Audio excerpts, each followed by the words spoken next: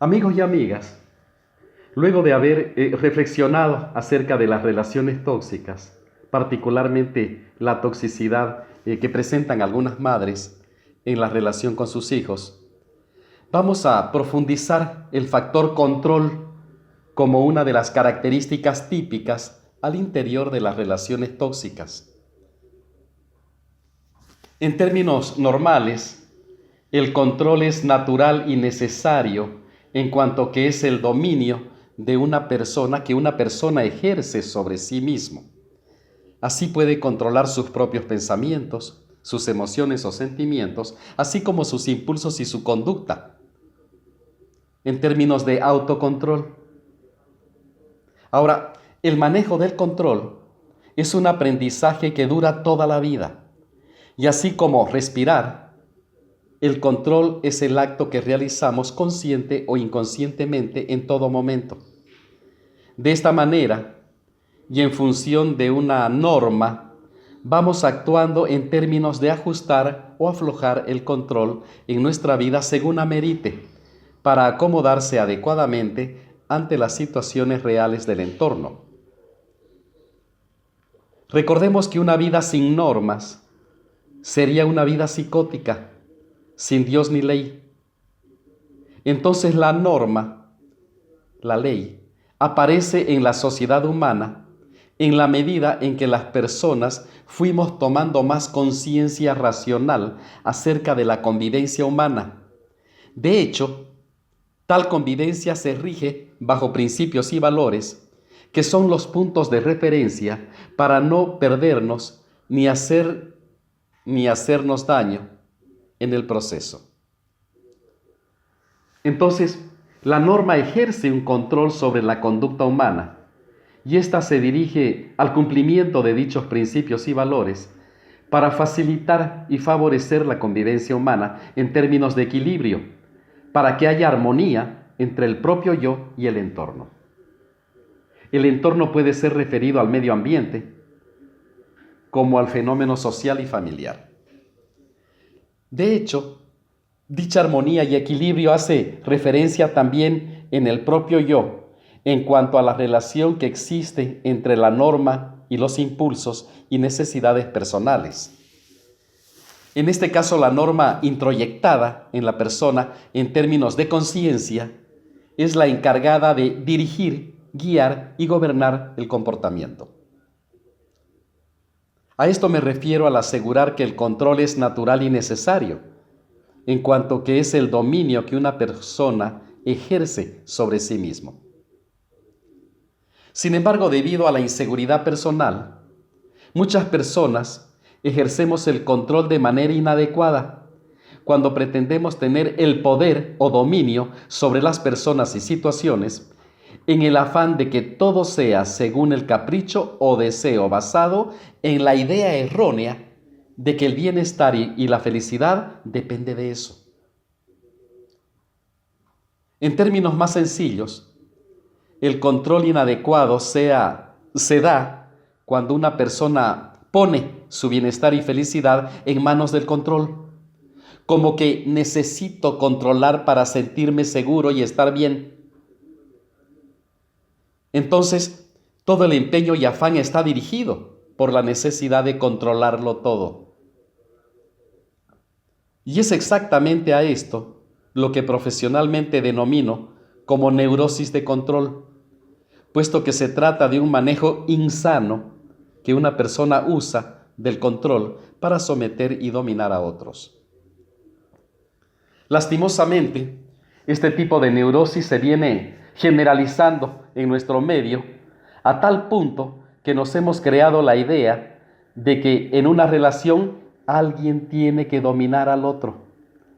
Se trata de una visión verticalista de la relación en la que el dominante está jerárquicamente arriba y el dominado abajo, como es el caso de la relación filial en la que los padres ejercen su autoridad sobre los hijos. Entonces, esta relación vertical implica un mandato y una obediencia, así como en la vida militar, ¿verdad? Y así debe ser. Si fuese al revés, serían los hijos los que controlen y ejerzan dominio sobre sus padres. Desgraciadamente se observa este fenómeno en ciertos hogares en los que perdieron los valores y predomina la lucha por el poder. Son hogares neuróticos, tóxicos, totalmente disfuncionales. En la actualidad podemos observar cómo la lucha por el poder, sostenido en esa búsqueda frenética por dominar y tener el control, se viene generalizando. Y las personas, en el uso de la autoridad y dependiendo su rol, ejercen este poder inadecuadamente, con despotismo y soberbia sobre los demás. Es muy común ahora observar cómo existen jefes que se sienten con el derecho de trapear, literalmente, con gritos y humillaciones a las personas que están bajo su autoridad o bajo su mando. Son personas neuróticas del poder y muy inseguras, que tienen que dominar manipulando y amedrentando o metiendo miedo para dominar a las personas que tiene a su cargo. Estos jefes en realidad no tienen autoridad ni liderazgo natural y por lo mismo usan la autoridad que se les otorgó para controlar y aplastar y servirse de ella. Realmente personas enfermas. Son personas que distorsionan las normas a su favor, así tengan que perjudicar al resto. Son personas que hacen caso omiso a ver la autoridad como servicio para servirse de ella. Pues con ello se sienten seguras, pues su seguridad y bienestar personal dependen de tener el control. Para estas personas, seguridad y control son sinónimos. Son personas que tienen la necesidad de tener todo bajo control. A esto se llama neurosis, que es la enfermedad mental menor, puesto que la enfermedad mental mayor es la psicosis. La psicosis, en la que la persona rige por sus impulsos sin ninguna norma que regule su conducta. Y así, literalmente, hacen lo que les venga en gana. Entonces, en la neurosis, la norma es rígida y en la psicosis hay ausencia de norma. Y para que haya equilibrio se necesita una norma ni tan rígida ni tan ausente. Amigos y amigas, en la línea del desarrollo y crecimiento personal, cada persona debe observarse a sí mismo para ver cuál es su mayor tendencia, hacia la rigidez de la norma o hacia la ausencia de normas. Si tu mayor tendencia es a tener todo bajo control, es necesario, por tu salud mental y emocional, que te des cuenta de que estás metido en un cuadro de neurosis por el poder, pues las personas controladoras son personas altamente inseguras, miedosas, y por lo mismo su mayor miedo está en perder el control, perder el poder. Es imperativo que sepas que esa neurosis por el control y el poder va deteriorando tu salud mental, y así podrías deslizarte por el tobogán de la frustración, la ira, la amargura y finalmente la soledad. Entonces, ¿en qué quedó esa seguridad y bienestar que buscabas al controlarlo todo? Obsérvate sin la necesidad de engañarte. Fíjate bien si tu conducta tiene la tendencia a dominar, a someter a las personas de tu entorno y a controlar las situaciones con el afán de que todo sea como tú quieres o como tú crees que deben ser las cosas. Si así fuere, no busques justificarte, porque tu ego verá la forma de aferrarse a su adicción de poder y dominio. Para ello, te invito a reflexionar acerca de cómo podemos enfrentar la manía de querer tener todo bajo control. Si eres de las personas que constantemente buscas tener todo bajo control, entonces date cuenta de que existe un beneficio secundario que ganas por este comportamiento. Pero también existe un alto precio que estás pagando por esta manía de controlarlo. ¿Te observas siendo muy detallista? ¿Te consideras una persona demasiado perfeccionista? ¿Te gusta tomar siempre las decisiones sin consultar? ¿Te cuesta escuchar? ¿Te enojas con facilidad? ¿Te molesta escuchar ideas de otros que no se asimilan a las tuyas? ¿Te observas criticando a otras personas o entidades externas? ¿Te gusta tener el control de todo? La costumbre de tener todo bajo control puede que te brinde un beneficio aparente, que es el pensar que al tener todo bajo control, estás controlando no cometer errores, que todo está en su sitio. Te afectaría sobremanera la posibilidad de equivocarte y de que los resultados no salgan como tú esperas, con todas las consecuencias que ello implica. Podemos decir que uno de los lados ocultos de esta conducta de tener todo bajo control es la inseguridad, el miedo. Eso es lo que hay de fondo.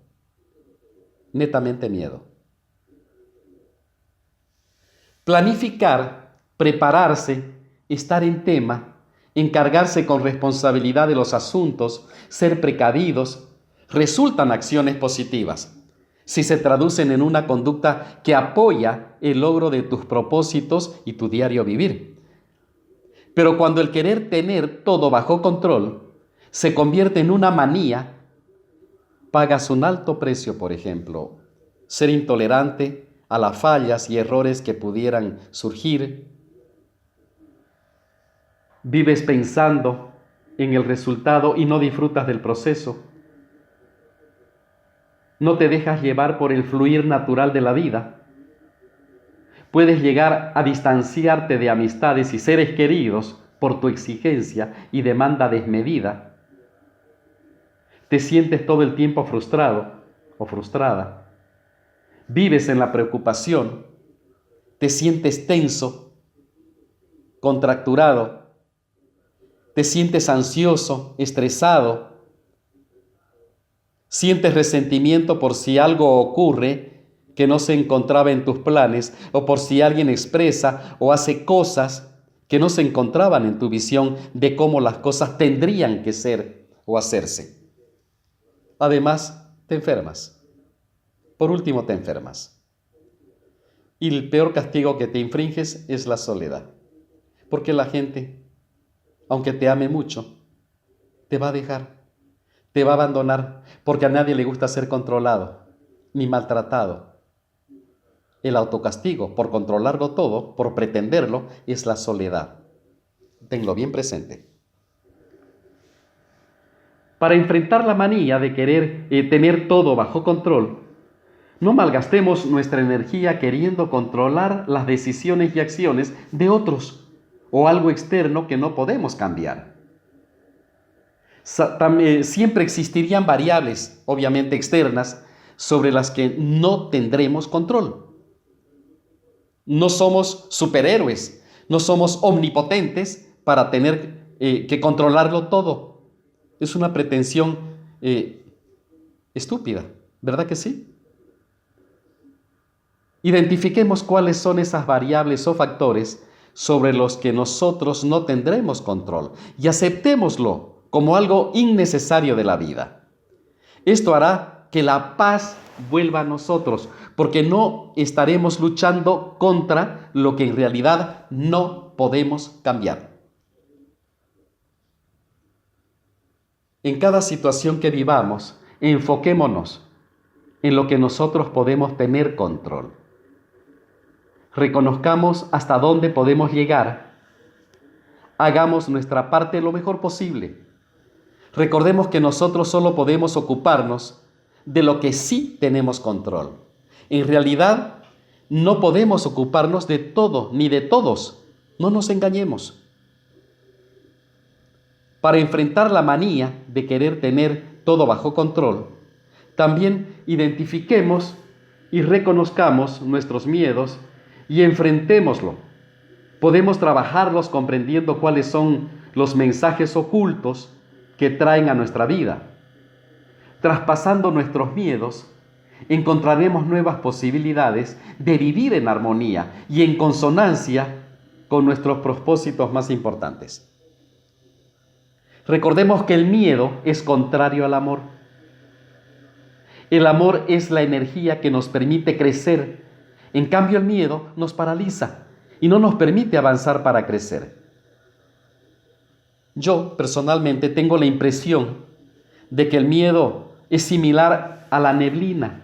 Y mientras esté ahí frente a nosotros, no podemos avanzar porque nos impide ver el camino.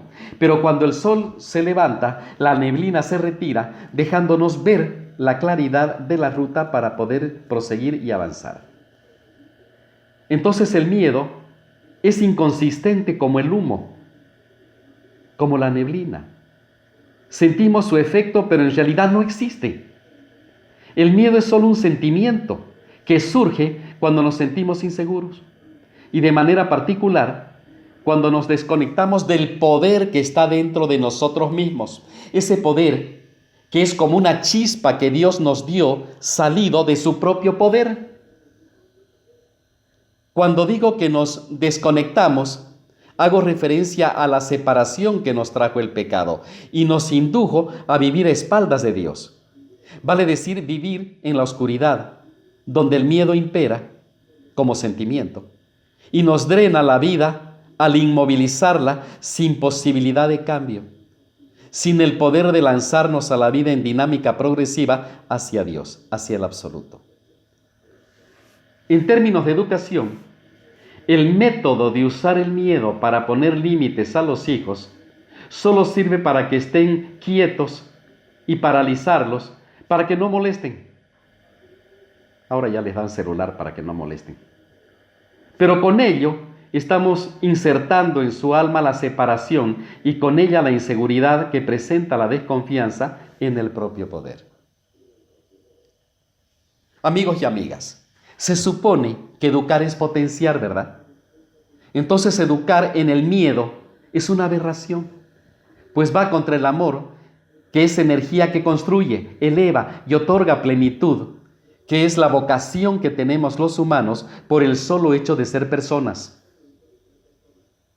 Por otro lado, para enfrentar la manía de querer tener todo bajo control, es necesario cambiar nuestra conversación interna. Hay mucho diálogo interno. Dejar de pensar en que queremos hacer todo perfecto. No nos concentremos en lo que falta, no nos concentremos en el error, en lo que está mal, sino pongamos nuestra atención en hacerlo perfectible de mejorar. Hagamos lo mejor que podamos con lo que tengamos. A esto es lo que llamamos excelencia y humildad.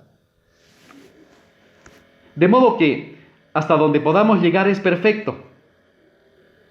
Dejémonos llevar, fluyamos con los acontecimientos, dejémonos sorprender por el entorno, hagamos que las cosas pasen, pero acepta que hay una fuerza universal que acomoda todo armoniosamente, a pesar de que pretendamos forzar que algo ocurra de determinada manera. En la inteligencia divina de Dios tiene su propósito y con el tiempo podremos darnos cuenta que todos los puntos del pasado con el futuro conectan entre sí por alguna razón válida. Para enfrentar la manía de querer tener todo bajo control, también permitámonos equivocarnos. Los errores que pudiéramos cometer o los resultados que no querramos que ocurran no son malos. En lugar de llamarlos errores, llámalos espacios para aprender, oportunidades para aprender. Observa tus errores y resultados no esperados como lo que son, maestros que te ayudan en el camino de tu desarrollo evolutivo como ser humano y te brindan una excelente retroalimentación para afinar tu puntería y dar en el blanco las próximas veces. Para enfrentar la manía de querer tener todo bajo control, es necesario también relajarnos. Respiremos cuando lo necesitemos, centrémonos en nosotros mismos. Si nos mantenemos en la conducta de querer tener todo bajo control, estaremos contracturados, preocupados, nerviosos, estresados, y todo eso repercutirá tarde o temprano, en menor o mayor grado, en nuestro cuerpo físico, con la aparición de enfermedades. Cuidemos nuestra mente. Cuidando nuestros pensamientos, cuidaremos nuestras emociones y por ende nuestro cuerpo se verá beneficiado y continuará transportándonos a donde queramos. Tengamos confianza en que las personas no nos desaprobarán si soltamos el control y permitamos que la vida fluya. Démosles a ellos la oportunidad también de que se ocupen de los espacios y asuntos que les son propios. Ayudémosles a crecer creciendo nosotros. Permitámosles ser responsables de su propia vida. Y si sentimos que alguien desaprueba nuestro cambio, pues es un problema de esa persona. Si nos quiere bien, nos comprenderá. Si no, que siga su rumbo, aunque duela, nosotros merecemos bienestar. Para enfrentar la manía de querer tener todo bajo control, también necesitamos reconocernos, valorarnos, aceptarnos con nuestros bichos. Un paciente mío dice, los chulupis que tenemos en la cabeza, y nuestras cualidades también. Cuanto más trabajemos en la aceptación y el reconocimiento de quién somos, lograremos mayor seguridad en nosotros mismos y aceptaremos a los demás con sus defectos y virtudes, además de aceptar cualquier cosa que detectemos que no podemos cambiar, para concentrarte en lo que sí podemos, reemplazando el resentimiento por las ganas y entusiasmo. Recordemos que si una persona se acepta a sí mismo como es, exactamente como es, ensalzando y potenciando sus fortalezas, comprenderá que nadie ni nada es perfecto y se sentirá más liviano para vivir y crear lo que desea en su vida.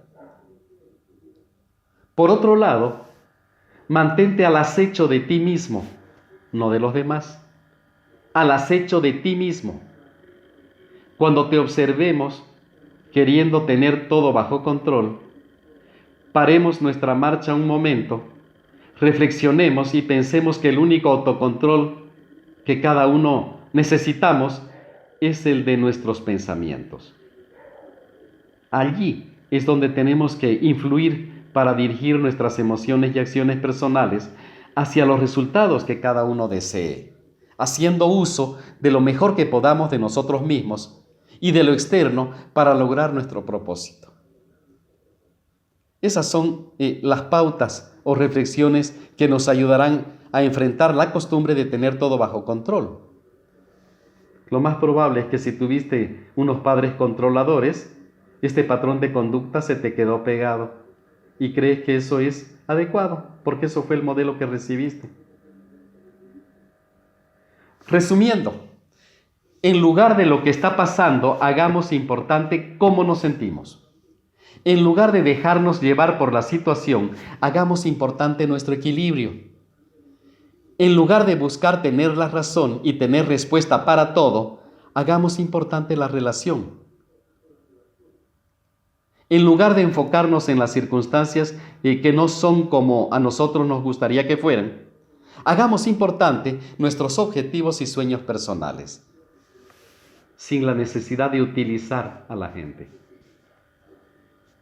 En lugar de focalizarnos de la vida personal de los demás, ocupémonos de ver nuestra vida personal, que tanto necesita de corrección y aprendizaje, sobre todo en lo referente al control emocional. Estuve leyendo un artículo muy interesante de Manuel Segura Morales, que es teólogo, pedagogo, quien afirma que para tener verdadera habilidad social es indispensable el control emocional. Entonces, si tenemos manía de controlarlo todo y desarrollaste tu capacidad de control, entonces usa esa capacidad en controlarte a ti mismo, no a los demás.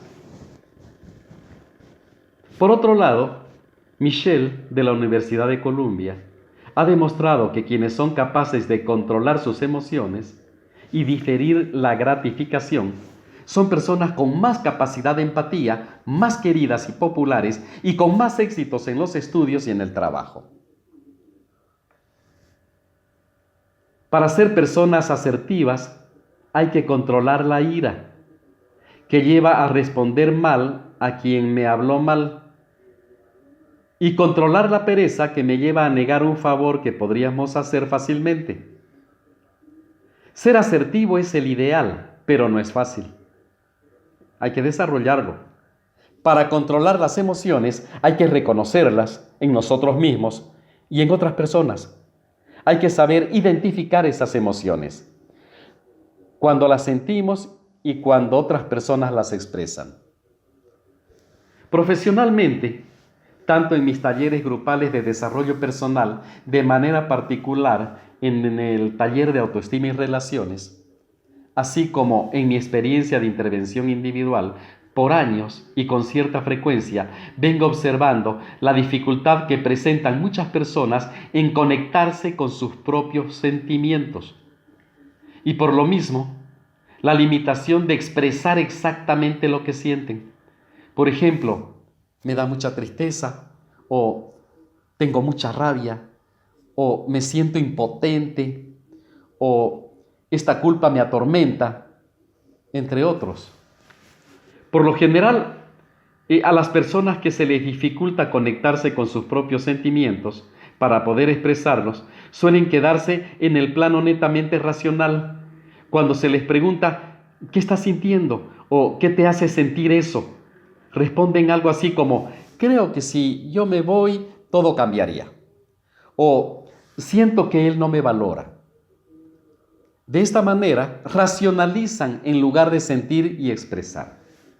Esta conducta suele ser el patrón de muchas personas que en su niñez fueron desaprobados o castigados cuando expresaban sus sentimientos y aprendieron que algo malo podría suceder si decían lo que sentían. De modo que aprendieron a reprimir sus emociones y sentimientos para evitar ser rechazados, desaprobados o castigados.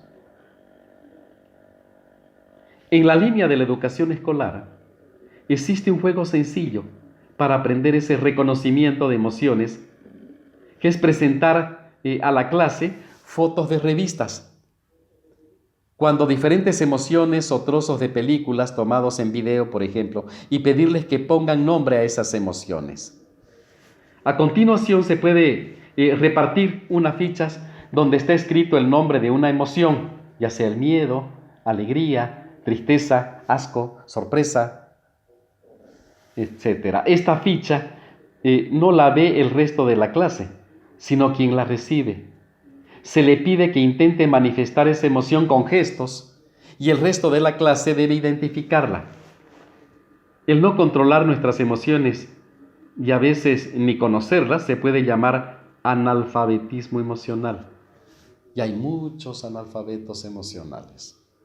Sobre todo los hombres somos más especialistas en ser analfabetos emocionales, porque nos quedamos en la mera racionalidad, en la mera lógica, y nos desconectamos con los sentimientos, porque muchas veces nos parece que los sentimientos es un asunto de mujeres.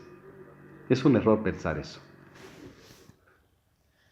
Ese analfabetismo emocional es compatible con tener muchos conocimientos en otros campos de la cultura.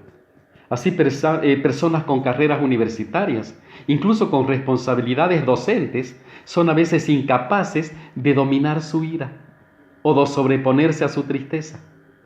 De hecho, el no saber o no querer controlar las emociones está detrás de muchos problemas actuales. Entre los adultos, las emociones incontroladas llevan a separaciones matrimoniales, a decisiones equivocadas lleva a enemistades que hacen sufrir a familias enteras, a gastos inútiles, a tratamientos médicos que podrían haberse evitado, a embarazos no deseados, a relaciones interpersonales tensas o agresivas. Eso sin hablar de delitos como la violación, el asesinato o la droga. Entre los jóvenes, el descontrol emocional produce agresividad gratuita y difusa. El descontrol emocional también puede producir embarazos no deseados, lo mismo que depresiones que pueden llegar a ser graves. El descontrol emocional también puede producir anorexia o bulimia, fracaso escolar, drogadicción, hasta prostitución. Daniel Goleman, que es psicólogo, periodista y escritor estadounidense, autor del bestseller Inteligencia Emocional, que sería buenísimo que lo leamos, propone algunas técnicas sencillas, casi de sentido común, para controlar las principales emociones. Por ejemplo, para controlar la ira o el resentimiento o el odio, sugiere hacer un esfuerzo para calmarse al principio del proceso, no cuando éste llega a su punto máximo. Tomemos siempre en cuenta que las respiraciones circulares o sin pausa facilitan la relajación del sistema nervioso. Es necesario buscar ambientes para calmarse donde no haya nuevos estímulos para la ira, el campo, o por lo menos caminar por el césped o el pasto, o en la arena con los pies descalzos, o en la playa de algún río, o un parque, entre otros. Lo importante es no seguir en casa, en el lugar donde nos entró la ira. Queridos amigos, antes de continuar, vamos a dar un espacio musical para luego, si es posible, responder a sus llamados telefónicos. Vamos a ello.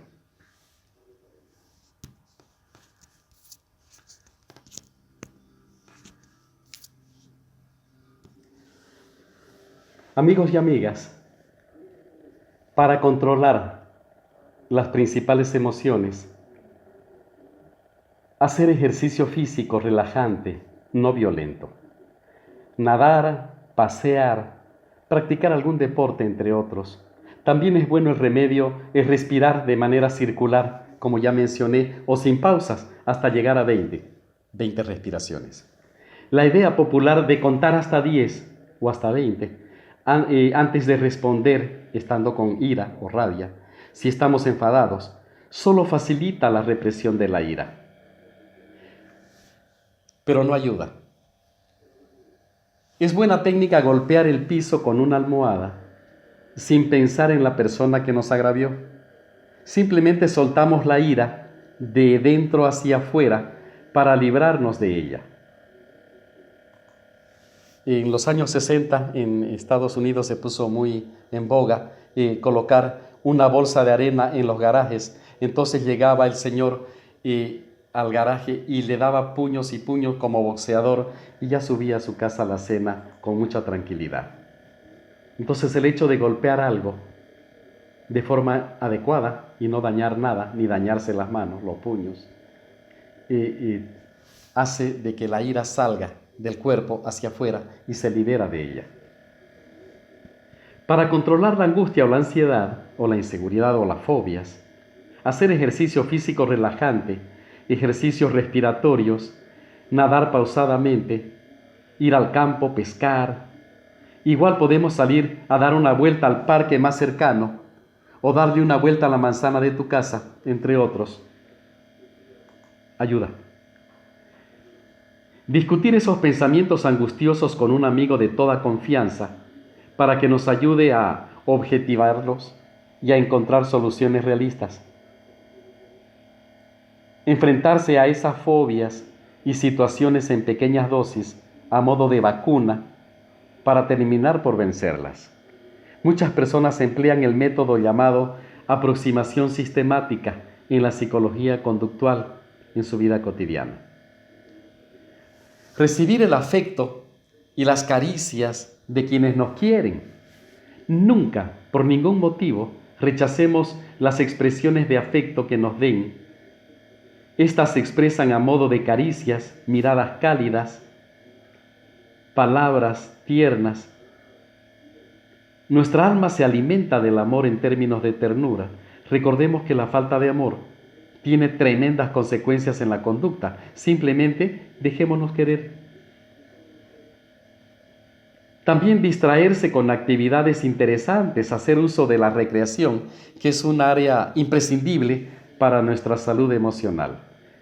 Esta recreación, de hecho, es muy variada y depende de cada uno llevarla a cabo y disfrutarla. Ir al cine, leer un buen libro, escuchar música, bailar, conversar con buenos amigos, tocar un instrumento musical, reír a carcajadas, entre otros. Para controlar la tristeza y depresión, en casos leves que no exigen la consulta a un psiquiatra, es útil distraerse con actividades interesantes, como en el caso de la angustia. Hacer, como decía, ejercicio físico, pero no lento y pausado, sino lo más enérgico posible, según la edad y la salud de cada uno. Correr, nadar, hacer aeróbics o pilates, buscar un triunfo haciendo lo que se sabe hacer bien. Puede ser un buen plato de comida, por ejemplo, o lavar un coche, o escribir un artículo, o pintar, dependiendo de lo que te produzca mayor placer. Pero lo más eficaz y lo más radical para vencer cualquier tristeza o cualquier depresión que no sea tan grave que exija, como te dije, la intervención de un profesional, es la terapia cognitiva. En su forma más sencilla consiste en lo siguiente. Ante todo, hay que darse cuenta, no es fácil, de que todo sentimiento triste o depresivo va siempre precedido por un pensamiento negativo. Me puse triste después de comer o después de hablar con un amigo por teléfono, por ejemplo. Pero no fue porque sí, sino porque antes, décimas de segundo antes, me vino el pensamiento: no tengo nadie a quien confiar o que me consuele. O todos están contentos y todos triunfan menos yo. Para la depresión no importa si esos pensamientos son verdaderos o falsos. Lo que importa es que sean negativos y dañinos. Recordemos que la depresión busca retroalimentarse con pensamientos y sentimientos negativos y fatalistas. A continuación, hay que aprender a cazar esos pensamientos negativos o destructivos. Darse cuenta cuando aparecen y darse cuenta de que nos entristecen y deprimen. Al principio tal vez uno no se dé cuenta de inmediato, pero puede detectarlos por la noche. Si revisas cómo te fue en el día, se acordará de cuándo se sintió mal, dónde estaba, con quién hablaba, qué fue lo que desencadenó ese pensamiento que luego le llevó al decaimiento. Si lo hace cada noche, pronto empezará a reconocer esos pensamientos negativos en el mismo momento de tenerlos. Cuando lo haya conseguido, tiene que dar un pasito más, acostumbrarse a rechazarlos en el mismo momento en que aparecen. Rechazarlos y pensar en cualquier otra cosa: un deporte, algo agradable del trabajo o de la familia, una buena película que se recuerda, un buen libro que dejó huella, o simplemente insertar la famosa frase del Ho'oponopono, que es tan bueno: lo siento, perdón, gracias, te amo. O afirmaciones como: Dios me ama exactamente como soy. O como decía Francisco de Asís: mi Dios y mi todo. El siguiente paso, una vez conseguido eso, es seleccionar pensamientos alternativos que no sean simples distracciones como el fútbol o una película, sino que hagan referencia al problema que causó la tristeza o depresión. Pero no en forma negativa, sino positiva y realista. Por ejemplo, si el pensamiento negativo que aparece con frecuencia y causa la tristeza es: mis padres no me quieren, ya no se trata simplemente de distraerse para no pensar en eso, sino que hay que esforzarse por pensar algo así como: no me lo demuestran mucho, pero me quieren a su manera. O es verdad que ellos no me quieren, pero es que no quieren a nadie, no saben querer. O ellos no me quieren, pero tengo una mujer o un marido maravilloso, o unos amigos extraordinarios. En resumen, lo peor para los momentos o temporadas de tristeza y depresión es rumiar. Lo peor, rumiar. Dar vueltas inútilmente, improductivamente a los pensamientos negativos que dijimos al hablar de la angustia. Rumiar es la tentación más fuerte de los depresivos y es lo más contraindicado, lo peor de lo peor para la depresión. Es como si uno le hiciera daño a una comida concreta, como la grasa o el chocolate, y se empeñara en comer una y otra vez en los momentos en que más le duele el estómago. No hay que tocar esa comida. Y con los pensamientos negativos pasa lo mismo. Rumiar deprime. Y como las mujeres rumian más que los hombres, tienen más peligro de depresiones. Además de esas soluciones más técnicas, un excelente remedio y excelente preventivo para la tristeza y depresión es el sentido del humor. Hay que cultivarlo. En cambio, no son útiles muchos de los remedios populares para las penas. El alcohol, comer sin parar, comprar cosas innecesarias. No son útiles porque son meros distractores nada más. El alcohol reprime el miedo y cuando pasa el efecto el miedo vuelve con más fuerza. El comer sin parar no solo daña, sino que estamos mal usando la ansiedad. El hacernos compras innecesarias daña nuestra economía y perdemos tiempo valioso que podríamos utilizar en otras actividades más favorables.